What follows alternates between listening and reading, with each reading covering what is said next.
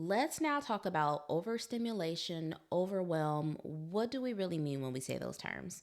Often, what I find, especially on social media or online, we use those terms interchangeably.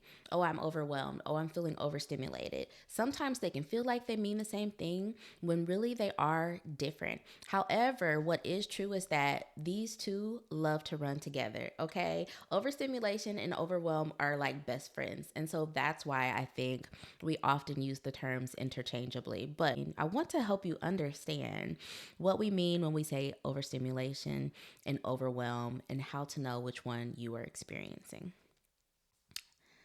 When we are overwhelmed, what that means is that you are feeling overloaded with tasks, responsibilities, and demands. So think about a cup of water and you're filling that water, and the water represents all of the things you need to do. Eventually, the cup will get full, full, full, full, full, and start to overflow. That cup is overwhelmed. There's too many demands, there's too many responsibilities, there's too many tasks that is reflected by the water or represented by the water. There's too much water, there's too many things, there's too much in the cup, and the cup is starting to overflow, but not in a good way. In a bad way. That is overwhelmed. When you feel like you could just explode with all of the demands, all of the things, all of the thoughts, all of the feelings, there's too much. It's an overload.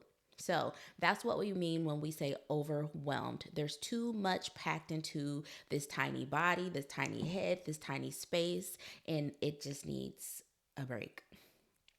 So, what is overstimulation?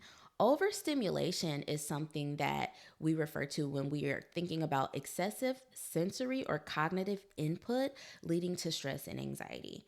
So, whenever I am talking about overstimulation, I am often thinking about our senses, our five senses. So, I'm thinking about our sight, I'm thinking about our sense of smell, I'm thinking about our sense of taste, I'm absolutely thinking about our auditory sense, and I'm thinking about our feeling. What do we feel? When we feel overstimulated, any one of those five senses can be too filled to the max. So essentially it's like, well, my at this point my senses are overwhelmed. My senses are experiencing too much. There is a sensory overload, excessive sensory or cognitive input. And when we feel like our senses are overloaded, whether it is our visual, auditory, olfactory, touch. Often moms feel touched out, or even sometimes it can be our thoughts, our emotions can feel overstimulating. That can feel very stressful and lead to anxiety and irritability.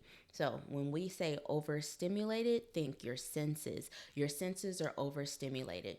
Some good examples: many times if the lights are too high, that can be overstimulating. If there's too many sounds or too many noises all at once, that's overstimulating. If you are in a place where there's a lot of movement, a lot of lights flashing, that's overstimulating. Or if you are a parent and maybe you have multiple children and they're all crawling on you, all want touches and hugs and kisses all at the same time, that can feel overstimulating for you as well. So, what are the signs and the symptoms? Another thing about overwhelm and overstimulation is that the signs and the symptoms can look the same. So that's why it's going to require some awareness on your part to really figure out what's going on here.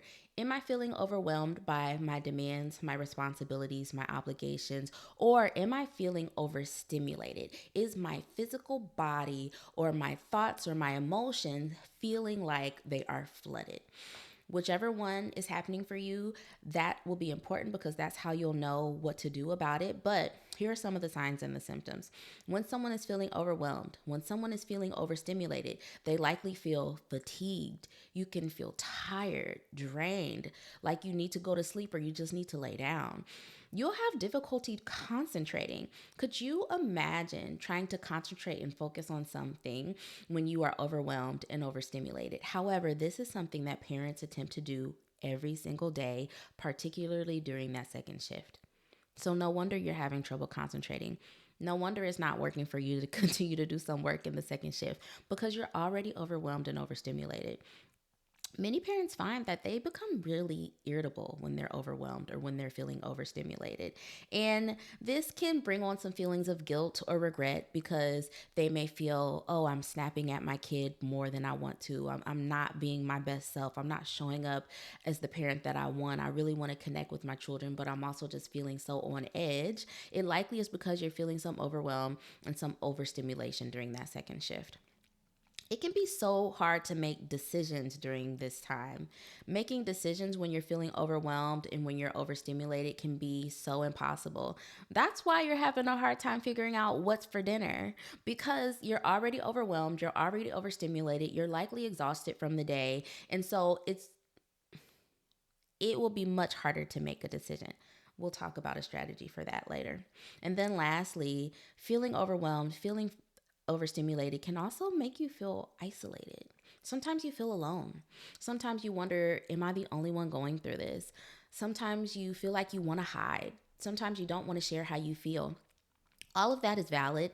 And what I know is that the more that you close out from other people, the more that you avoid sharing how you're feeling, whether it's to your partner, your co parent, or someone else that you trust, the more isolated you feel. And that can bring on bigger mental health challenges like depression, more anxiety, and that also is not what we want. Everything that I talk about in this workshop today comes from my brand new book, A Parent's Guide to Self-Regulation, a practical framework for breaking the cycles of dysregulation and mastering emotions for parents and children.